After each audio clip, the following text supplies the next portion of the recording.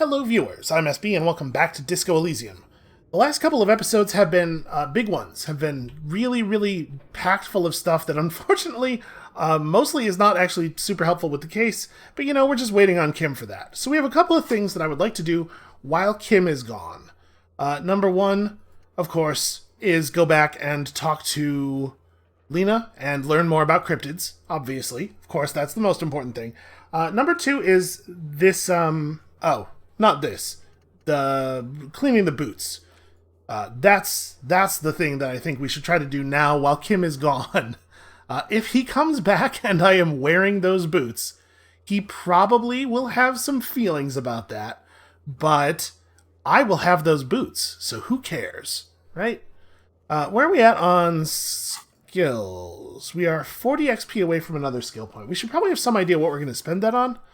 So like we do have a thought that we could slot. I'm not sure that we want to. This is gonna really be a tough one, I think. So maybe we want to take a skill. It's a little tricky. Part of me wants to just take whatever skill makes the most sense for our character. And as you can see, I was looking at Inland Empire and thinking this is a thing that a paranormal detective should have a lot of that we don't really have a lot of.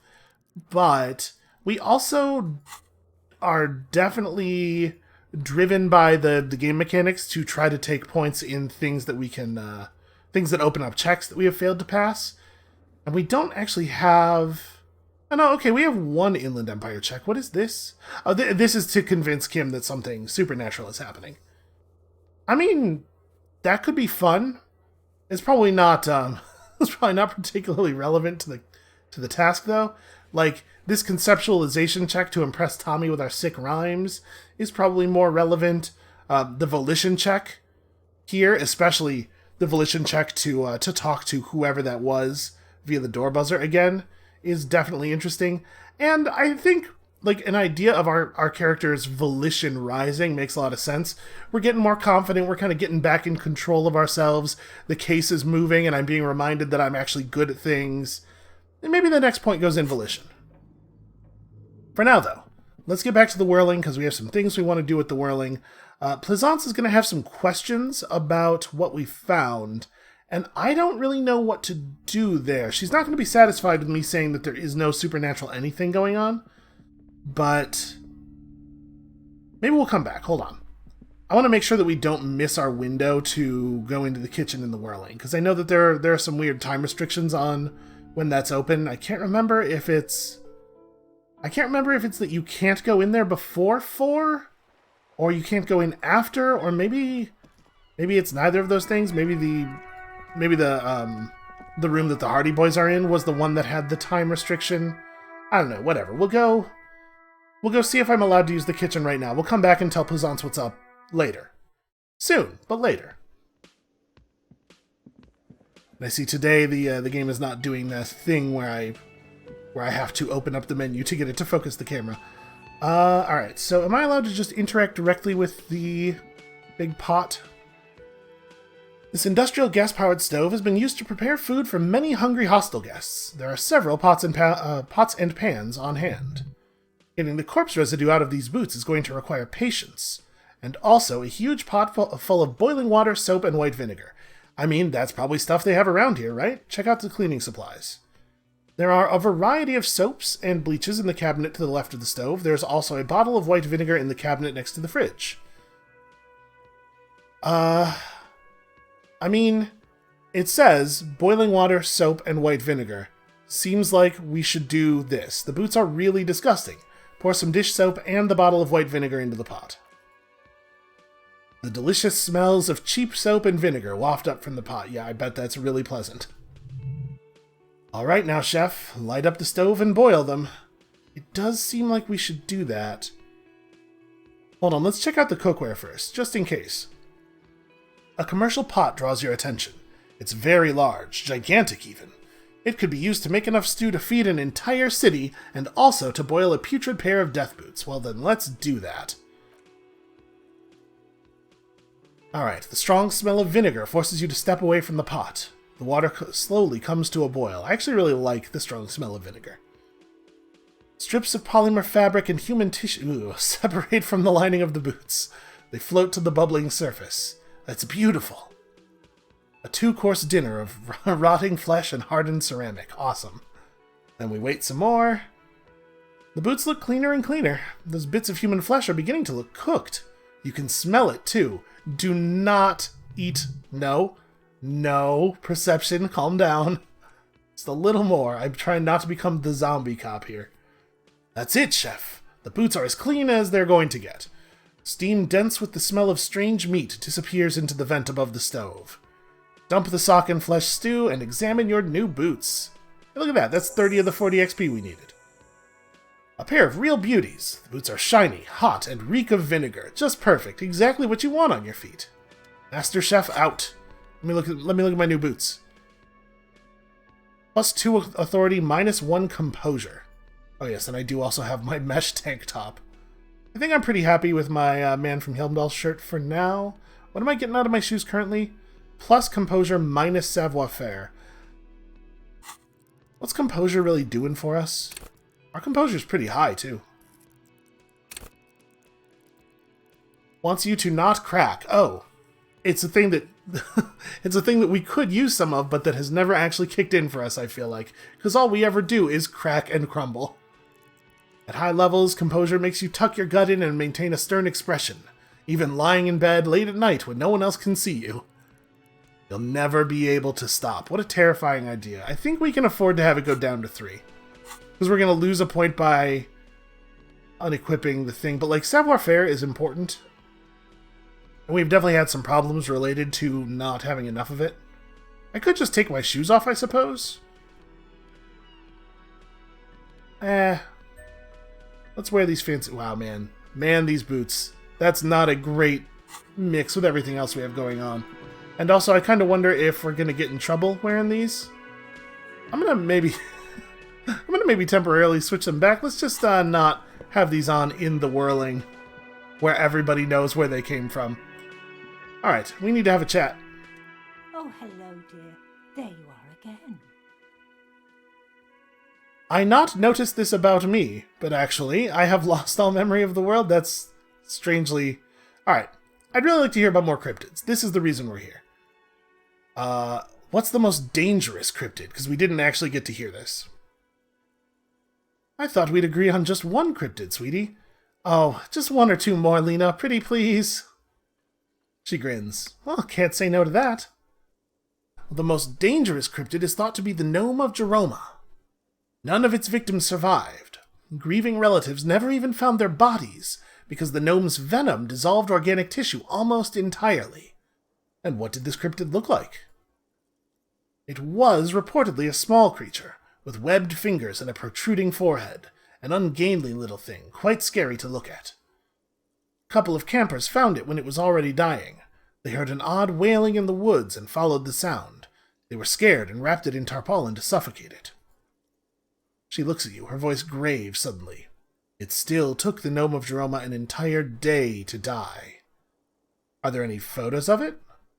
Alas, no, and the first scientist who got his hands on the creature's corpse put it in a jar of formaldehyde, thinking that it would detoxify the gnome's venom. Instead, all the venom leaked out of the creature's teeth and into the surrounding liquid, dissolving the creature itself. A poetic end, perhaps, but a real loss for science, she says, mostly to herself. What's the tiniest cryptid? Cryobacter catlensis, she says immediately. Cryobacter catlensis? I even managed to pronounce the asterisks, apparently. Yes, a unicellular bacterium that was discovered in the north of discovered in one of the northernmost points of Katla on the Boreal Plateau by renowned geologist Caitlin Mijanu some 70 years ago. And what's so special about it? Well, I think we know it's very tiny. The bacterial colony Mijanu found had remained alive while frozen in ice for longer than anyone could reliably estimate, certainly from before recorded history. Mijanu disappeared shortly after injecting herself with the bacteria she had brought back to study, no doubt in hopes of prolonging her own life. That doesn't make any sense. Wait, she injected herself with it? Yes, The bacteria had survived in the ice since times immemorial. It is not hard to see where she could have gotten the idea. But isn't the idea that the ice preserved it? It's not that the bacteria itself is immortal, right? I don't have the option to say anything like that. I don't understand. Why would you prolong your life? Being alive is terrible. That's a mood. So you mean there's an immortal geologist wandering the world? Yes, and she's quite mad, too. After she treated herself with the bacteria, she stopped aging, but also became increasingly eccentric and irascible, so that even her oldest friends were forced to pull away. We can assume that she has been living somewhere in the wilderness for decades now, all alone except for the cryobacter lenses coursing through her bloodstream. That doesn't make any sense at all. What's the biggest cryptid?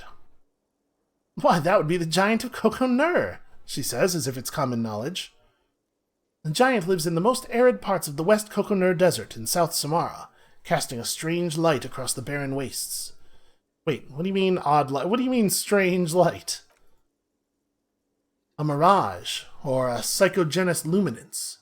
She does not elaborate the nature of this luminance further, and I don't ask her for some reason. Just how big is it? No one knows for sure. It's like an awful mountain appearing from below the horizon and expanding to cover almost a third of your field of vision. Is it dangerous? I mean, it sounds like it's dangerous. The towering luminosity of Coconur is a bad omen in local folklore. Some say it's a fata morgana, others, a fate unimaginable. And that's what makes it so peculiar. A species surviving at the very limits of scientific law. The giant of Coconur must be the largest animal the planet can support. There are limits, you see, to how large a metabolism an ecosystem can beget. Some say a gravity anomaly below the Coconur Desert might allow the creature to grow to these gargantuan sizes. I mean, it would still have to eat, though, right? Gravity anomaly? Digging it. Digging this parascientific stuff right here. Alright, well, this has been educational, but sadly we probably should discuss something else. You know what? I am going to ask her about my memory. Maybe she'll have some wild theories on this. I have lost all memory of the world and myself, and I have no idea what I'm doing. She frowns, looking you over. Surely things can't be that bad. Yeah, I'm blowing this whole thing out of proportion. Never mind, forget I said anything. No, I hope you're right. I hope it's not too bad. You know where we are, right? We're in the Whirling in Rags cafeteria. That's right. And where is the Whirling itself located? In hell? It doesn't seem to be hell for everybody. No, actually, the more I think about it, maybe this is hell for everybody. In Revachol? No, that's not dramatic enough. I think with Lena, our character really feels free to sort of let it fly. Let's say the edge of civilization. She flashes you a worried look. We're in the city of Revachol, dear. Yeah, all I know is that Revachol used to be really cool in the 30s. Oh, the new disco dancing. It seems like a lifetime ago. Her eyes are filled with light reflected off those years, when the city seemed full of possibility. Just skipped the word gilded because I didn't feel it was important. Much has changed, but it is still the most beautiful city in the world, a rare jewel set in the sand between the pines. Everyone says so, even foreigners. There's a pause as she studies your expression. You must look quite lost. Speaking of history, you know what year it is, yes? It's a bad year in my late 40s or 50s. None of these answers are like, this is pretty apocalyptic. I don't know if I want to be all that apocalyptic with her, because here's a question, does my character think we're approaching the end times? I don't think so. I'm pretty torn, actually. Part of me wants to just do the straightforward answer so that she doesn't worry too much about me, because, to a certain extent, being dramatic just to make other people worried seems like a shitty thing to do. But also, is our character in a place to just be given straightforward answers to stuff? I think I'm going to do this. That's right, dear. How splendid. Here, take this pen. Knowledge should always be rewarded. Hey, we got a free pen. Her relief is palpable. She was getting pretty worried about you there, but now she relaxes her shoulders. Outside, spring rain seeps into the cracks in the walls and the cobblestone streets, and into grated storm drains, all the way down into the sewers. Above ground, the first May bells blossom. Wait, is that right? Isn't it about to be winter? I can tell that this is taxing for you, so I'll just ask one more question. What regime are we living under? What mode of government? Oh, I don't actually... Do we know this? It kind of seems like radios are being used to control people's minds.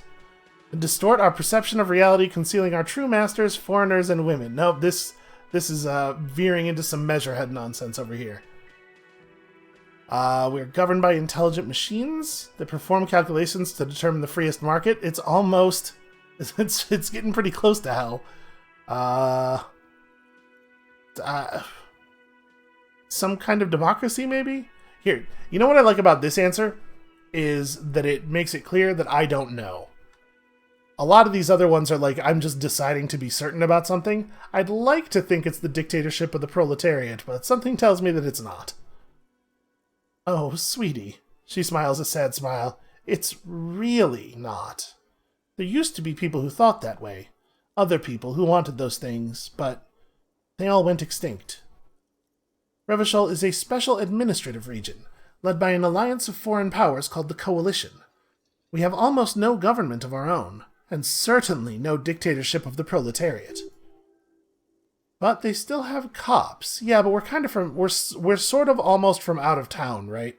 Like, I know that Revachol as a whole is a pretty big place, but... So, if there's no government, how come there are cops? Oh dear, this is troubling. You really ought to know that, being one yourself. Yeah, I agree with you. There aren't really any cops in Revachol, not in the traditional sense. The status of law enforcement has been a complicated matter since the revolution. But we should stop for today, sweetie. You look like you need a break. Oh no, I just look like this. Besides, I'm not the best person to explain the big things to anyone. She's scared now. She realized you really are brain damaged. So, how did I do? She did mention a revolution, didn't she? Did she? Here's the thing, I also am bad at brain. Sorry, what's that revolution you mentioned? A defeat, I'm afraid. The people of this archipelago tried to build something new, something different. The rest of the world didn't like it, so they came and ended it. This was 42 years ago, and yeah, we had heard about this a little bit. So what does that have to do with there not being any cops? It has something to do with everything. I really don't know how to explain it better. I'm just a poor woman, she thinks. What do I know of these things, and how can I help you? Okay, so how did I do? You didn't do very well, dear. It does look like you're having trouble remembering things. History and places. Remembering reality, in a word. It's very odd. Who do you think could tell me more? Someone more educated in these things than me? Someone rich, maybe. Wealthy people are educated. Though I don't know where you would find a wealthy person in Martinez. Oh, I think I know one. But thank you, sweetie. You did make me forget about my worries for a while. She smiles up at you, but concern is creeping back into her expression. Now, listen, I'm good. Let's not remind her that I'm looking for her husband, because she's going to start worrying about my capability. That's all for now. We're good. Everything's fine. Hey, psst. Who? Me? Yeah, you. Word on the street is you're ready to start building communism again. Sorry, how come there's word on the street? And also, what? Aren't you inside my brain? How did you get to the street? You keep saying things like down with the bourgeoisie, eat the rich, sodomize the landowners, impale all people who have more than 25 real in their pocket, literally murder all human beings regardless of their political beliefs, that kind of stuff. Yo, I did not say to sodomize the landowners. I have said some mildly... No, I have literally said some of these things. Yeah, okay, that sounds like me, a little bit. Funky style. Very funky. So, tell me. Do you have any questions before we fire up the big communism builder, or do we get right down to it? Sorry, what? Sorry, wait first. What's this communism even about? Here's the thing. Communism is a very loaded word, especially in modern Western English. A lot of different people will say this word and mean a lot of different things, so we should clarify what we're talking about here. Failure. It's about failure. I don't do failure is maybe the least true thing our character has ever been able to say. Failure.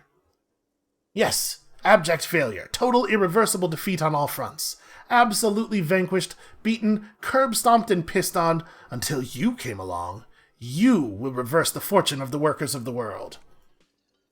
You alone against every living thing, against every human alive. 800 trillion real in the hands of an impossibly well-organized ruling class, towering city blocks of bankmen who have the ears of prime ministers, million-headed armies of nations, and the love of your own mother.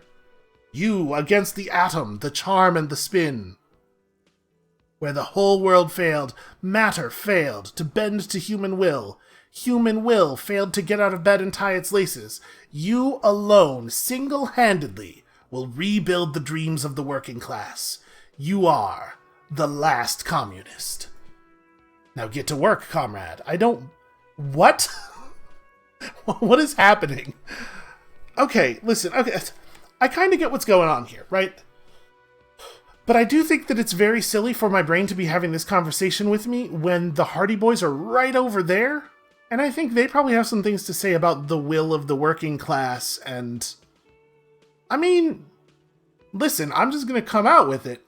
I am pretty pro-working class. I'm very interested in participating in the strengthening of the working class against the ruling class. So I guess roll up my sleeves and start building communism? Also, I think there's an element of this speech here that probably appeals to our version of this dude. The idea of, like, nobly taking up the lost cause. So I think this is the right choice. Oh yeah, get the firing squads and the animal wagons ready. Whoa, whoa, whoa, firing squads? You didn't say anything about firing squads. Oh, it's too late to back out now. You can't make an omelet without breaking a few million eggs. I mean, I guess if it's a real big omelet. Yeah, okay, roll your sleeves up further and breathe in the pristine air. I think our character does not have a great sense of what communism is and how it would be affected, but maybe if we think about it for a while, we can gain that? I mean, maybe this is what we do with our skill point. We unlock a thing and we learn about Mazovian socioeconomics. People think communism was some crazy idea that had its comeuppance 40 years ago. A fever that shook the world, never to return again. And they were right, until he woke up today. A spiritual corpse responsive only to the call of Commodore Red, prostitutes, and Kras Mazov. For him, communism is still a thing. He will single-handedly raise the Commune of O2 from the oceanic trench where it has been resting, covered in ghosts and seaweed. Oh, I am into ghosts and seaweed. He is the big communism builder. Come, witness his attempt to rebuild communism in the year 51. So there's a real sort of like, the game as a whole kind of has this tone, but in this particular instance, I think we're seeing it clearer than we have ever seen it before. This idea of the game sort of positioning itself above all of the ideologies and trying to play the game of mocking them all equally. We'll see how this actually works out. In my experience, people who do that usually are doing it because they don't have... I'm going to get myself into some trouble here if I'm not very careful about how I word things. We try to... Okay, it's nothing new to do here. I was wondering if without Kim around we could do thing. People who try to present themselves as being above ideology generally don't have the intellect to figure out which ideology they agree with. This is the way I was trying to avoid saying it, but there it is. That's what it is. I don't know. We'll see. That's not consistent with what I would describe as the characterization of the writers as I understand it, based on all the words we've read, so I'm curious to see where this is going. We got a sick green ape pen. Pen with a green ape head on one end. This ape has closed its eyes, a kind expression adorning its face. It seems to be meditating. Now we have 2 pens. I'm killing it. Who else out here has 2 pens? Nobody, that's who. So we're, the washing off the death smell thing. Oh, interesting. Our volition check with Joyce is opened up again, I guess because she's the rich person that we're allowed to ask the world about. Yeah, I guess we could just go talk to her, except I haven't done anything on her job. Her wanting to figure out what's going on with the drugs in the harbor. I'm actually having a really tough time with that. She's maybe not going to be super pleased to talk to us if I haven't done any work on that, but also... what's the harm, right? We can go try. Do I want to just go wash off the death smell now? Maybe it's a good idea, considering that I'm going to go try to talk to Joyce and everything. I thought Kim said at the end of the day would be a good time for that, but... I don't know. Doesn't seem like there's any reason we couldn't do it right this second. This is not the cleanest bathtub in the world, but it's cleaner than you are right now. Ah, that soap scum smell. It smells like life. At least, compared to you. Yeah, let's run myself a bath. The bathtub slowly fills with water. The water beckons. Undress, close your eyes, and submerge. The water is only lukewarm, but still comforting, like amniotic fluid. A few beer cans are bobbing up and down along your flanks like sad duckies, like in the amniotic fluid. I'm going to take the beer cans out. That seems uncomfortable. Now you are alone with your thoughts in the tub, but it's easier than being alone with your thoughts outside the tub. Let's just take a moment here and imagine something. You see the corpse. You can still smell the cadaver on you. It's going to take more than one bath to get rid of that stench. Then, houses along a narrow street. A video rental. Darkness on the planet's curvature. Let's just linger for a moment here. Oh hey, it healed me. Fingers grow pale and are covered with tiny whirls as the water cools. Okay, it's probably time to get out then. The waterline recedes as you stand. You are cold now. Your clothes stick to your still moist skin. There are not a lot of towel. I guess there's a towel. So, that really didn't take any time at all. And now we have a skill point. Do I want to spend the skill point opening up a slot so that I can think about Mazovian socioeconomics, which is a thing that I don't know anything about? We'll lose 2 points of visual calculus for 3 hours. Let's go talk to Joyce first, see how that check goes, and then if we need to reset it by putting a point in volition, we have the opportunity to do so. I'm not really sure if that is the thing we will do. But I think I remember that check not being super difficult in the first place, so maybe we'll get lucky and we'll just hit it here. I'm trying to think, was there anything else that I knew I needed to do? We can't really make a lot of forward progress on the case until Kim gets back, probably. I have no idea where to find my gun. Oh, what's this? All around you, rain falls on the great city of Revachol. Rain drips from the eaves and floods the gutters, washing the filth away. The spring thaw must be here. The snow is melting. Are we at the end of winter? I thought I remembered that it was getting colder, that it was beginning to snow. What am I doing? Looking up at the sky, cold water dripping from your hair. And what do I see? Gray sky like great battleships, clouds colliding with one another.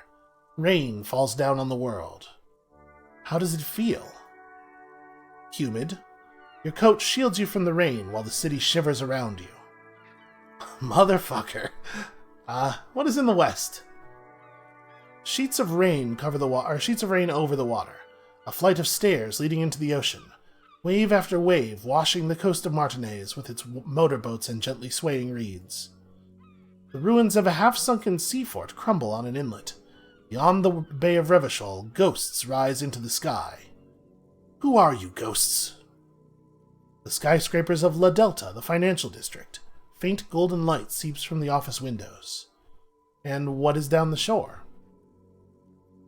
Urban coastline, rain dripping off eternite-covered roofs, cinder blocks left over from half-finished construction, a defunct research and development building once seized by revolutionaries.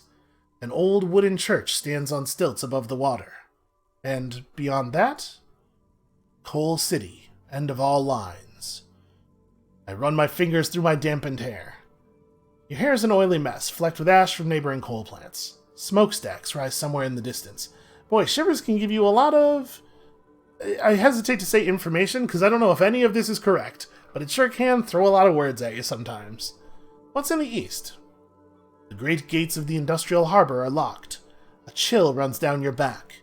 You shudder like an animal trying to shake water from its hide.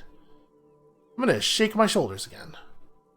You shudder looking down at your feet. Dirty rainwater runs veins into the plaza snow. 2 green snakeskin shoes stand at attention on the mosaic paving of the plaza. I wonder what that line would have said if we had the boots on at this moment. You know, thinking about it, we do know that it's like early 51. Of course winter's coming to an end. I don't know why I thought things were getting colder. Because I definitely had it in my head that we were in the early part of whatever. Whatever, it doesn't matter. What's below? Collapsed storm drains. Old sewage systems flooded with rainwater. Hidden weapon caches from the Revolution. Doors leading down to Le Royaume, the catacombs to which for 3 centuries they delivered the blue-blooded dead. And what's in the north? Capeside apartments. Tower blocks crowd one another. 4.46mm bullets still lodged in their war-torn stone walls. Probably cool military people say 446. Hallways collapse from the mortar hits of a war that was lost long ago. Clotheslines go to waste in the rain. Radios play. The news at noon. That's, And closer to here? A yard. Rain falls onto the roof of a woodshed. The lingering odor of decomposition mixes with that of damp soil. What's in the south? A traffic jam. Rain thrumming on the roofs of motor vehicles.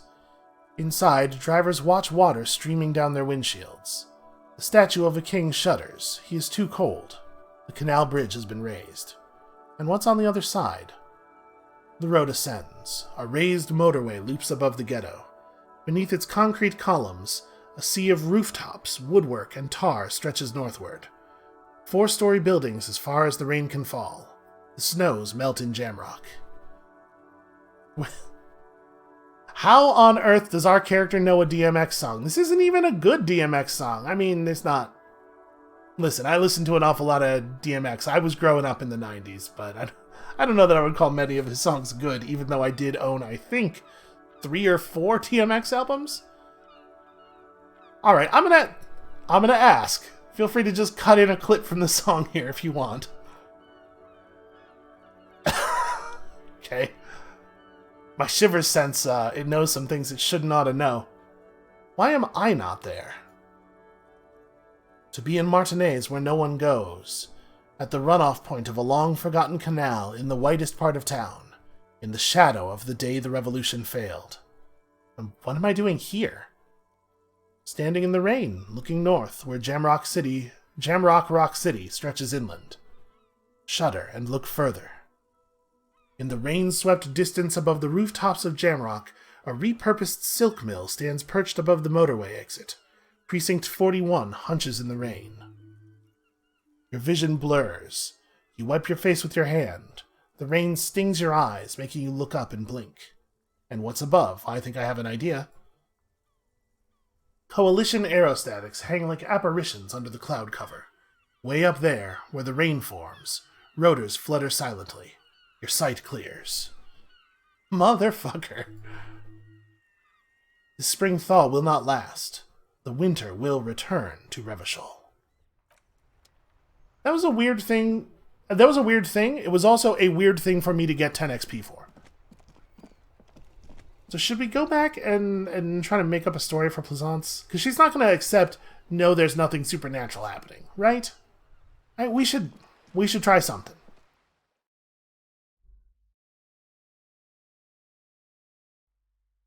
I don't know what we're going to tell her, but, you know, Raphael Ambrosius Cousteau is pretty good at just making stuff up right off the top of the dome.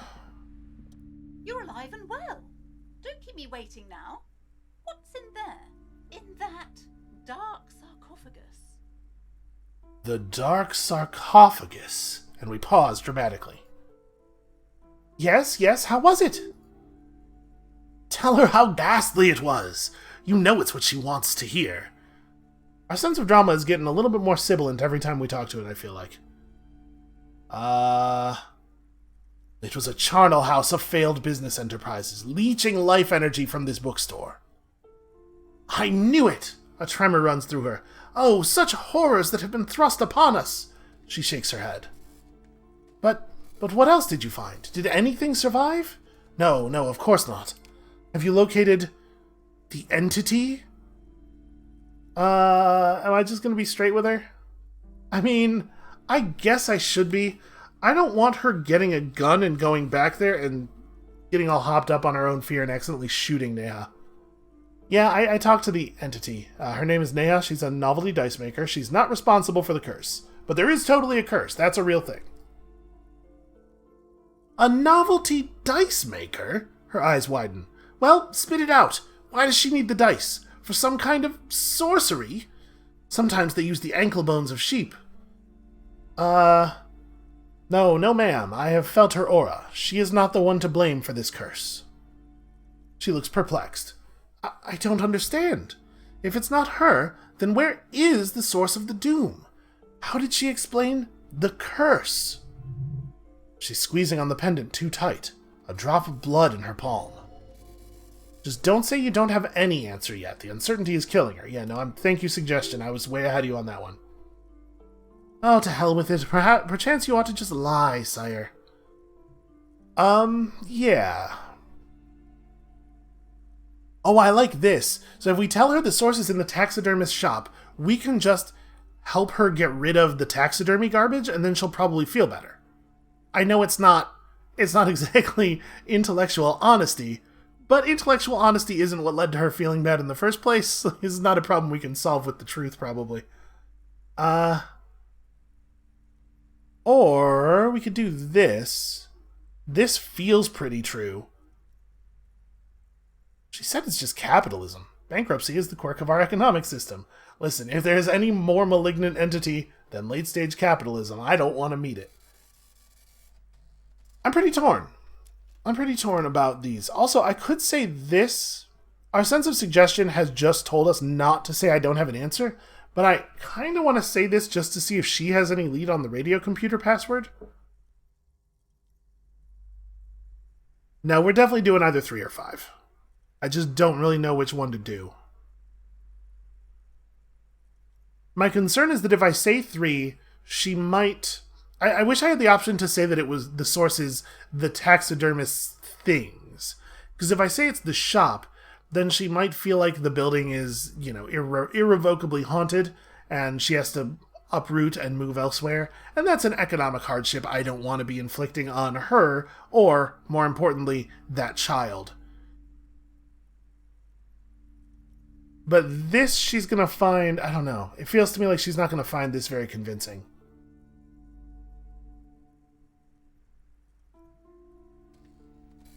And our suggestion did say, don't say you don't have an answer. This feels like not an answer. I'm going to say this thing and we're going to find out what happens.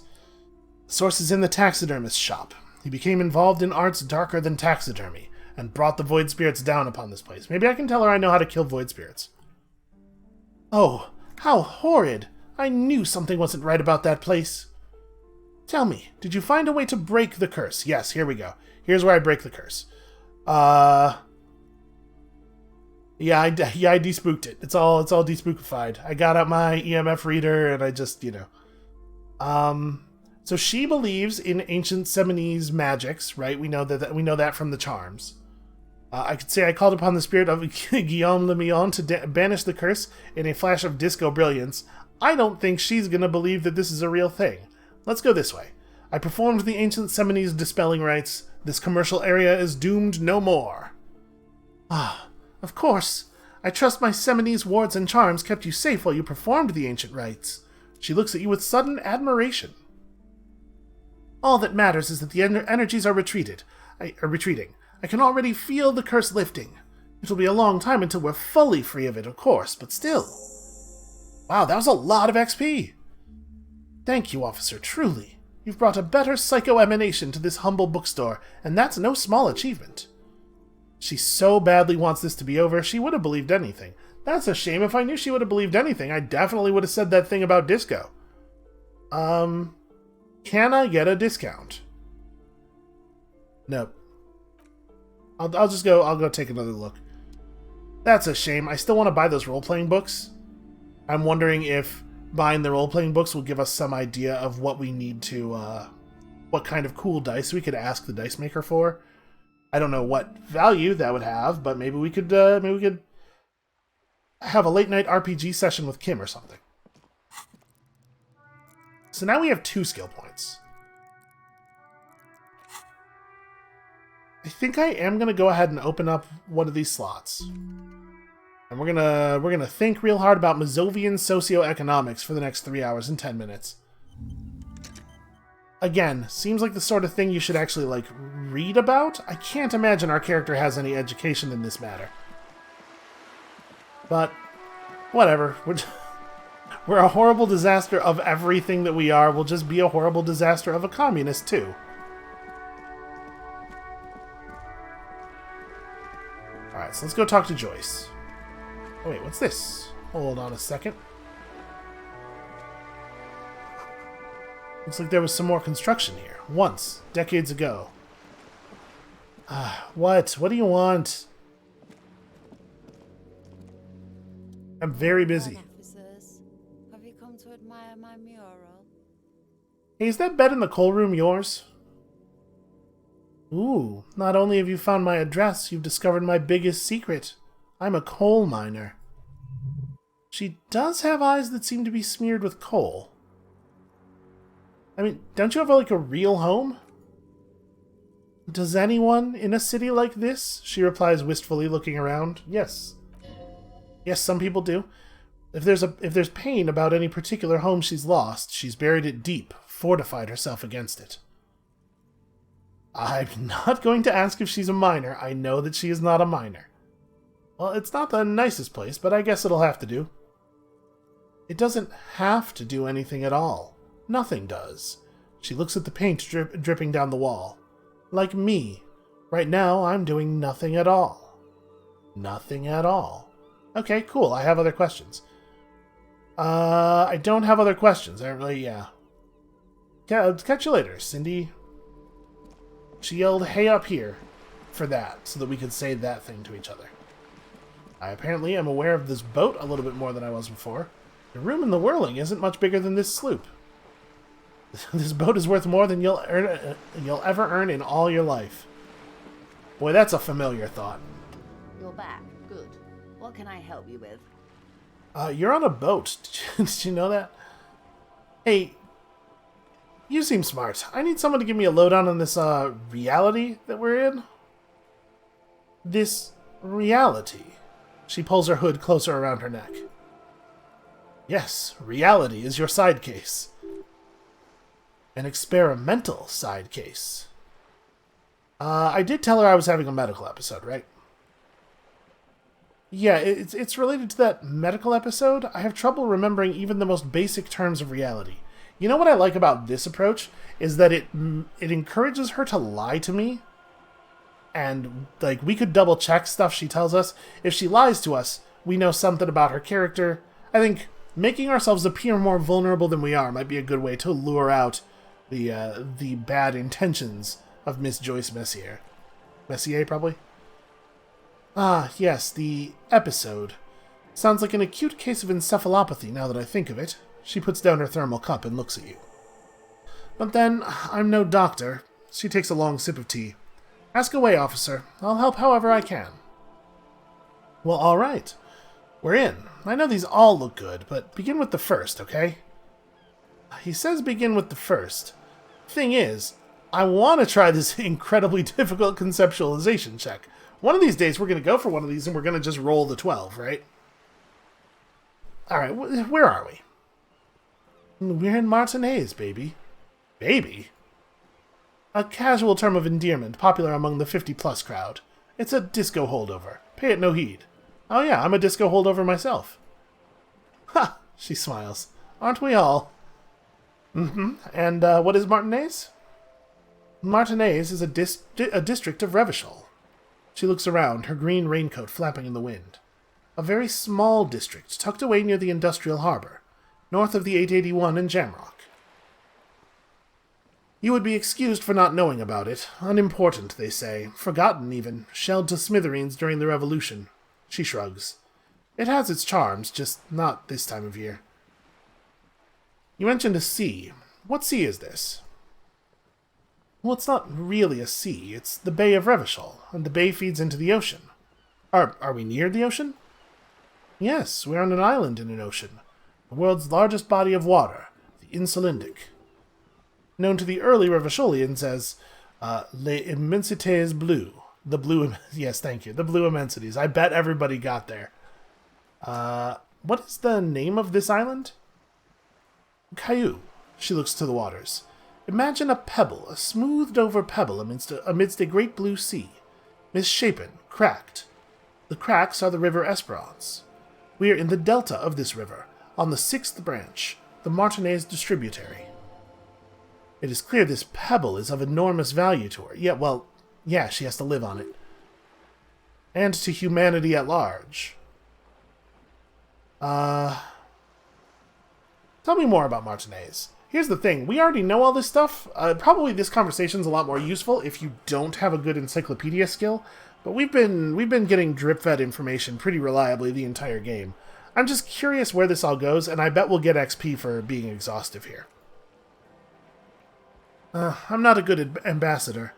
I've only been here once before as a teenager. Not a lot has changed. She closes her eyes. There are ruins, a terminal, fishing boats, reeds, boys with boxy shoulders. This place used to be a province, a workers' resort, before the city swallowed it and the artillery did its work. The reeds are the real star of the show here now. The further down the coast, the wilder it gets. Yeah, okay, that's Martinez. What's Revachol?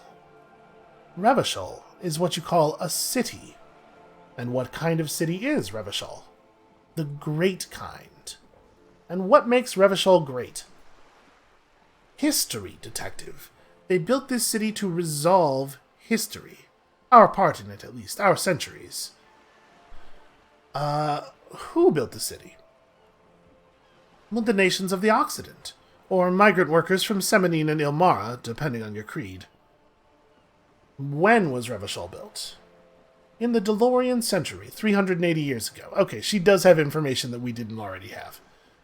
And why will it resolve history? And also, what does that mean? They say it's where the terrible questions of our time will be answered.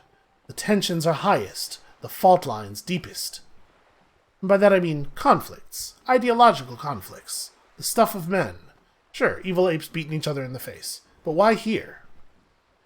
We are standing on a fertile, self-sufficient island able to sustain up to 200 million people in the middle of the Insulindic Ocean, the world's connective tissue. She smiles. It's where the money is. So, how do I understand what she is saying here? Did she say that we're pretty much at the center of the world? I think so. I think that's how she thinks of it. If this is where the money is, this is where the heart is. That has got to be Joyce's understanding.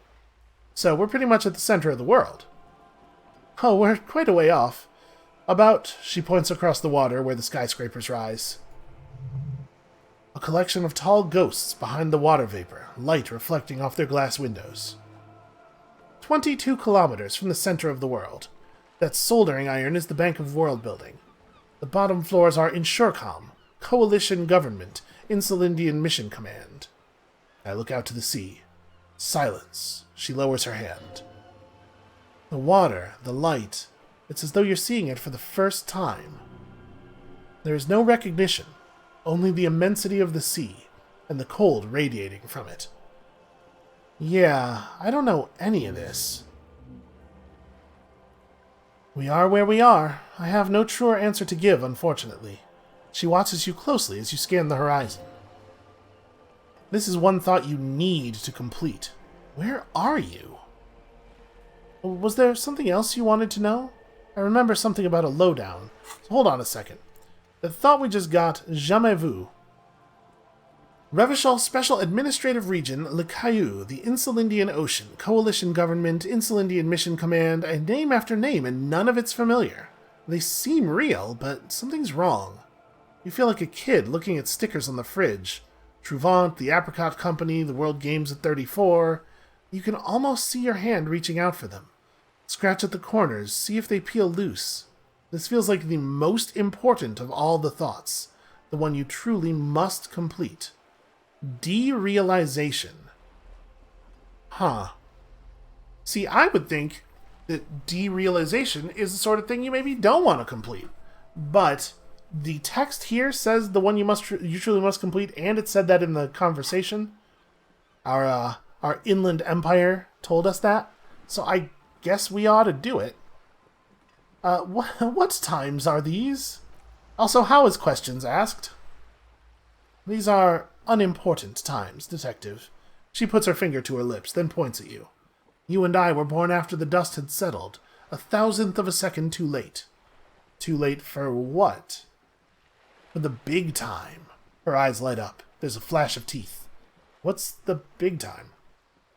The revolution, she says. Huh. And what is this revolution I keep hearing about? It's quite easy. Every 100 years or so, our species gets together to decide what's next. Who gets shot in the head and who gets the mineral rights. It's a real kerfuffle. Would you say that it's like a bunch of apes duking it out? Why, of course. We're talking Duke Out Central. Full swing intra-species warshare. And these apes, were they evil? Oh, no, I would say the apes were neutral. She looks at you, her gaze sharp. Okay, neutral. On the other hand, she turns north to the bombed-out buildings lining the waterfront, then shivers slightly. So, who got shot in the head? Those would be the communists. Generally speaking, 40 million people got shot in the head during the World Revolution. But the communists, they all got shot in the head. She's not gloating. It's a relieved celebration. Oh, and the anarchists, too. They shot them well. So well one forgets they even existed. And did the communists and the anarchists shoot back? Did they ever? Before they got shot themselves, they shot 2 million people. I mean, frankly, kind of sounds like they should have shot more. That is truly a kerfuffle. Yes, the Insulindian deluge, they call it. I had a deluge, too, in my head. Point to your little head. If the word little didn't appear here, I would assume he was talking about the thing that happened to his brain. But little heads... Is this talking about his dick? I mean, you sometimes have a deluge from the head of your dick. If you have one, that's an experience you've had. Maybe we should just not even... Let's not click on any options that might have us talking to Joyce about our dick. How about that? Anyone else get shot in the head?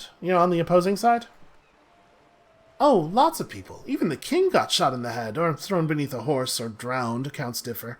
It was unceremonious. She shakes her head. Just as well. He wasn't actually the king. Just the king's nephew. The real king abdicated and lived out a long and productive life as a venture capitalist in Grad.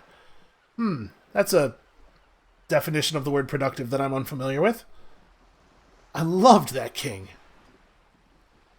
So, if we want Joyce to like us and potentially be willing to do things for me and give me money, I should probably not say cowardly king. She seems to believe that he was pretty smart to do this. Let's play along.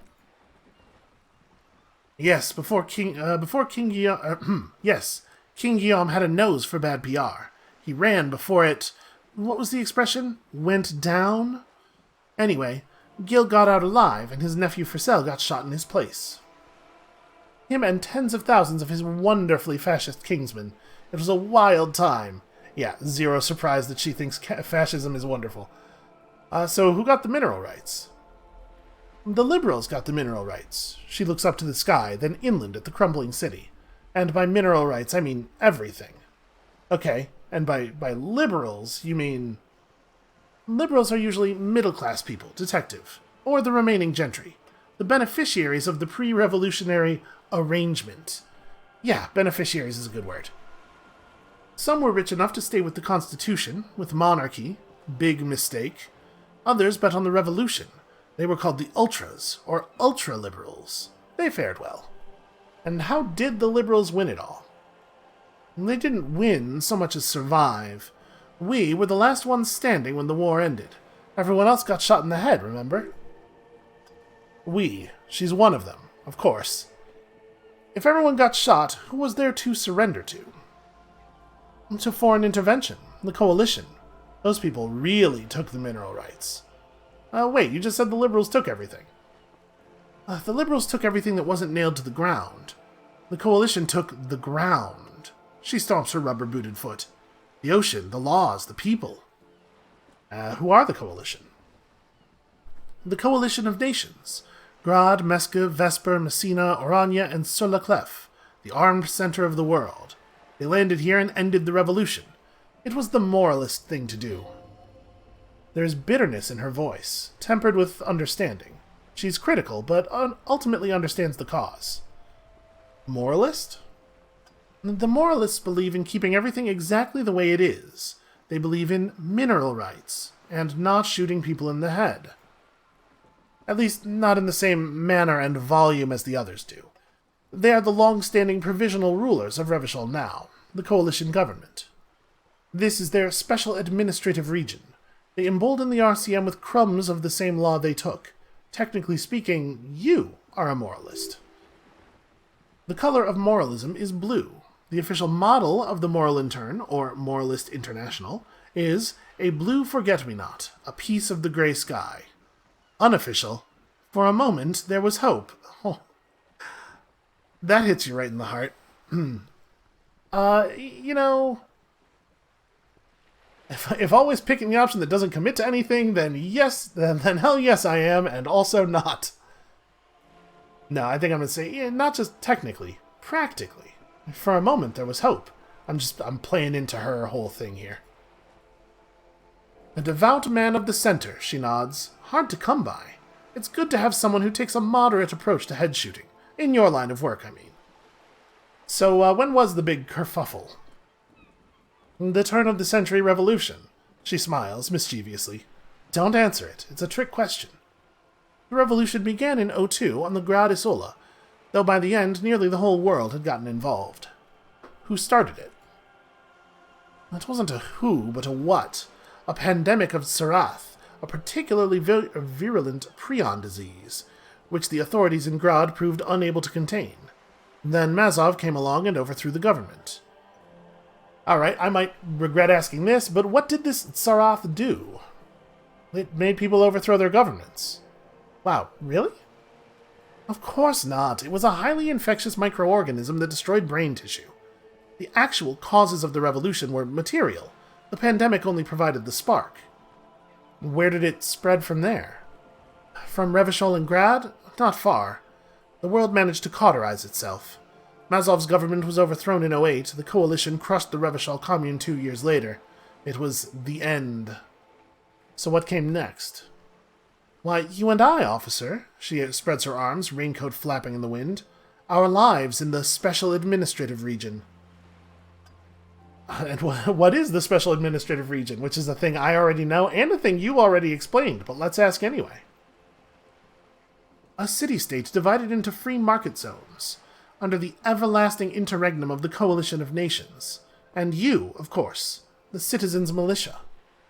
The Special Administrative Region is the third incarnation of Revachol, after the failure of the suzerain and the commune. And what happened in the rest of the world? Modernity. They developed the marvels of inter-insulary communication, telematic milieus, radiation, colored plastics. Meanwhile, in Revachol West, the aftermath continues for the 5th decade. It's been like this for how long exactly? 43 years. Hard to fathom, I know. What have we been doing all this time? The 20s saw a decade of urban war, west of the river leveled, offshore platforms in flames. Still, it's regarded as an improvement on what came before. '08 to '19 was simply hell. And after that? The 30s. Things settled down in the 30s. Revachol East transformed itself into the world's largest tax haven, with the international community's blessing. For the first time in a long time, it seemed like things were going somewhere. And that's when they discovered disco. Yes, and quantitative easing. It was a market mirage, unfortunately. The 40s dispelled it. An Isler-wide hangover, you might say. So, here we are. She curtsies, which is a weird thing to do in this situation. Wow, I am murdering it on the XP lately. Welcome to reality, baby. From the looks of it, the 50s haven't been much better for the Special Administrative Region. You can see it in her eyes. Days slipping away. You don't seem to be thrilled. I have no right to be dissatisfied, she shakes her head. This shirt is Barbara Moskova. This raincoat is impervious to rain and is guaranteed for 100 years. My daughters will wear it. No, it's just... She looks at the crumbling tenements, paint flecking from the stone. Her voice is almost wistful.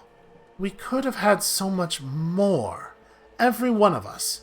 If only we'd played it right. Well, what would you have done differently? Good question. She cranes her neck.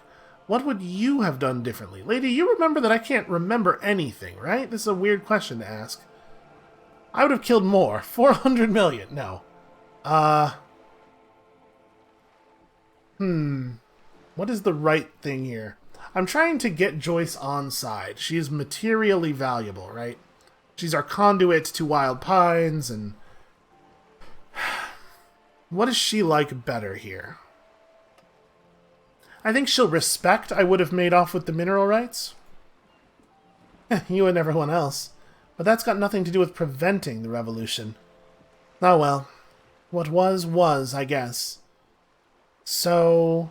maybe we should do that again, but try to pick an answer that's more about preventing the revolution?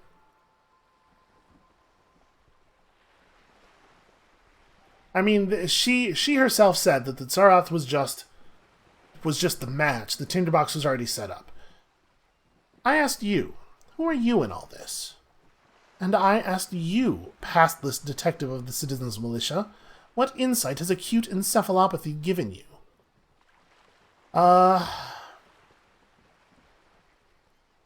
don't know if it sounds to me like she maybe won't respect this option. She doesn't necessarily... She's not like pro-fascism, but she's not anti-fascism in like a meaningful way. When she said earlier that they were like delightfully fascist, she didn't mean like, I like those people because I too am a fascist. She meant like, can you believe it? We're so above all that. So my suspicion is that if I say this, she's gonna be similarly, we should be above all that. I guess I'm gonna say this one, but I don't think this is gonna get us anywhere either. A cold creeps up your spine, reaching its tendrils up your neck toward the back of your head. So, a quarter of humanity, she calculates, simply lost their minds? And how would you stop a prion, a complex folding protein, unlife, with the technology 50 years ago? Yeah, that's a great question. I mean, she's gonna... This is very much in her views, but I don't know if she'll accept it when it's stated this way as a response to that question, right? A lot of the core tenets of a sort of like a centrist point of view don't sound like they make sense even to centrists if they're not stated very carefully. There's an element of like there's an element of mental sleight of hand to it, right? So I think this is too direct. She's not going to. I think this doesn't work. With some hygiene, modest social care, and perhaps a little research program, I mean, maybe. Liquidate the rabid, prison-infected dogs who want to kill everyone with cleansing artillery fire. This is too far in the other direction. Okay, maybe it's impossible. What happened had to happen. See, she doesn't seem to believe this. Maybe we do just say this. I'm kind of curious what her response will be. Yeah, alright, I don't think she's going to buy it, but let's try it. With privatized healthcare and a work ethic that does not turn your brain into sponge tissue. The wind stops, and for a moment there's silence. The charge dissipates into the dark water. All is quiet on the Martinez Inlet. A dog barks. A gunshot echoes off the walls of some distant building. A woman's voice. It's all yours. A poor remedy for prion disease, she says. That was the attitude of most of the more moderate Indotribes, particularly those who supported the king. Capri, resplendent, both gone now. Those that survived mended their ways. They're all ultras now. This was a weird interlude. What is... I am having a hard time telling what is going on in my character's brain some of the time. Okay, that's enough about the times. They are what they are. Who knows, an afterbloom may yet come. Anyway, enough sentimentality. Is there anything else you want to know? Not so fast. Who is she in all this? Ask her who she is. She owes you an answer. I tried that. It did not work. We'll get to it. Esprit de Corps has given us a point here, but yeah, these checks are both still very low. Alright, what is acute encephalopathy? Tell me please about what is happening to my brain. It's a neurological disorder caused by a lack of vitamin B in the brain. Symptoms include retrograde amnesia. It's quite serious. You should get yourself checked out. She conveys it in short, cold bursts, trying not to invest too deeply in the condition of this doomed detective, in case he goes down later, souring the entire portfolio. Well, what causes encephalopathy? I mean, you just told me, but again, please? Well, it's either bariatric surgery or long-term alcohol use. Yeah, it's definitely the drinking. She nods, slowly. Yes, I think it is. Alright, I want to know what you are. She hums. She won't maneuver her way out of this one. What are you? So, hold on. She won't maneuver her way out of this one. Maybe my volition here is telling me to just, like, stay the course? Just give her a second to think? I'm going to give her a second to think. I am the vilest of the vile, she says with a sudden flash of teeth. A traitor, a devourer of nations and infants. I am an ultra. She raises the corner of her mouth, smirking, revealing a canine. Dios mio, a liberal! Yeah, that's cool. I'd liberate pretty hard myself. I don't need to ask her what an ultra is, she just told us. Yeah, again, trying to play to her good side. No, she shakes her head slowly. Not like me. I am the nether creature of the forbidden swamp who pushed the king under a shit wagon and betrayed the revolution.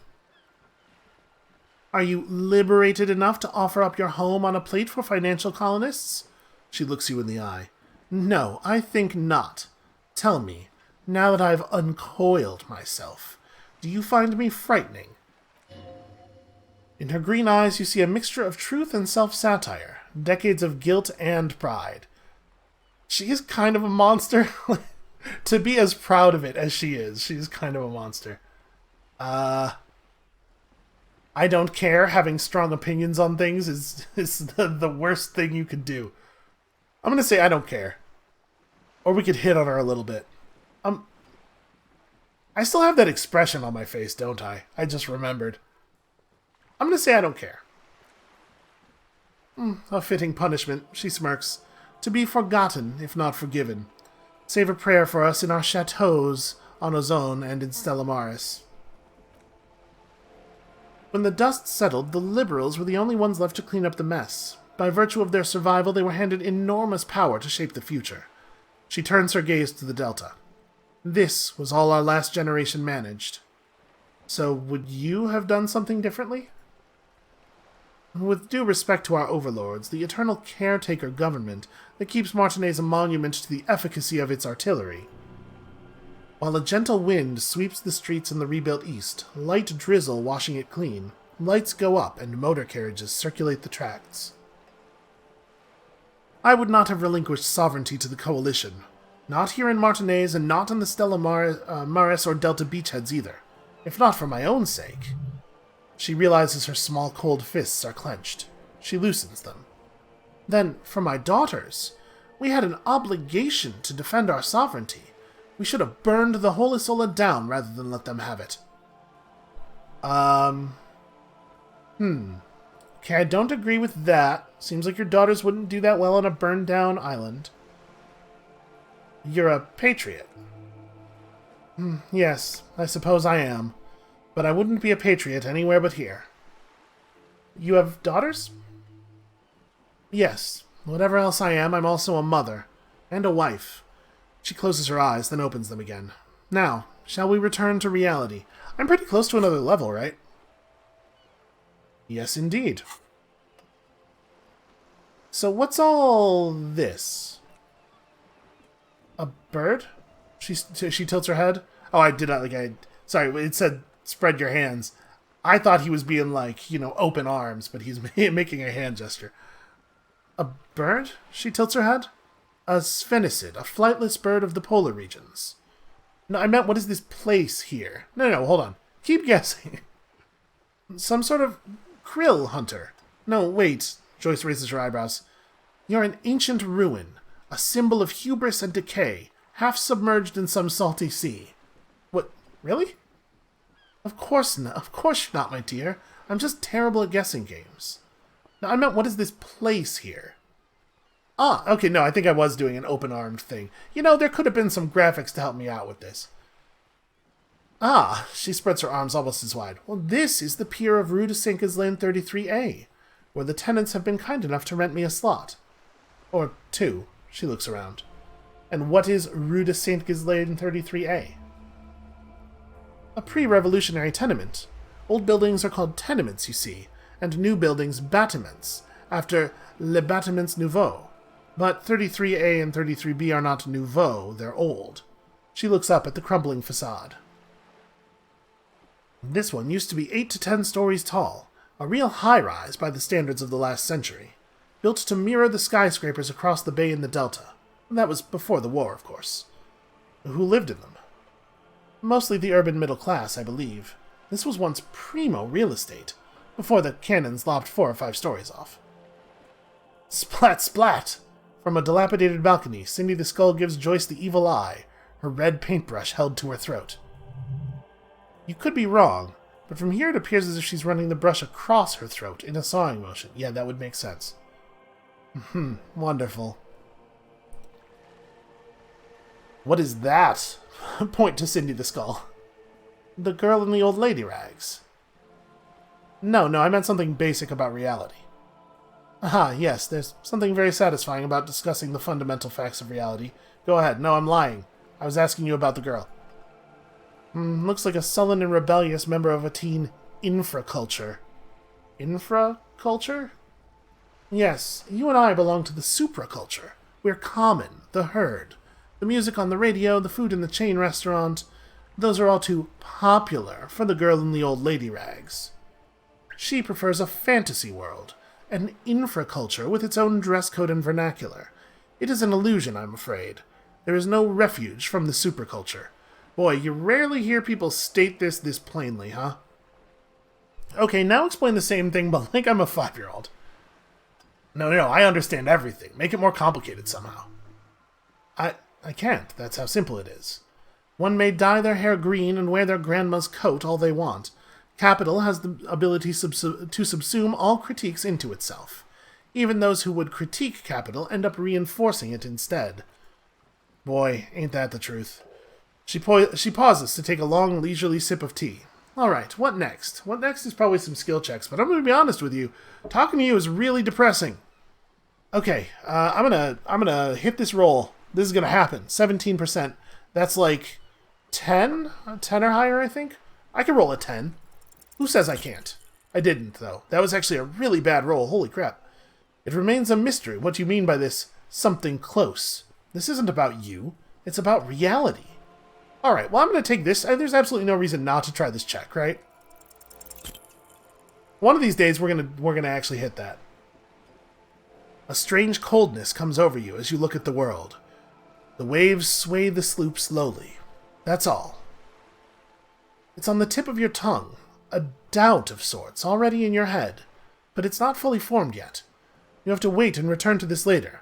Once the jamais vu thought is complete. Fine. That's all for now. Glad to have been assistance, the little that I know. Anything else? Yeah, I probably do have some other things to talk to you about, but that conversation ended up being crazy long, so we should probably stop for the day. But before we stop for the day, let's get that thought rolling. Seems like a thing we probably ought to do.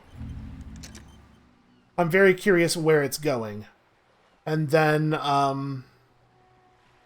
do we want to do with the other skill point? I guess we still don't really know, right? For the moment, just hold on to it and we'll figure it out next episode. So that is going to be it for us for today. Things are getting a little real, and I apologize if that's an unpleasant experience for people. Come back next time, tomorrow, when, honestly, it's probably not going to get any better. And we'll see you then.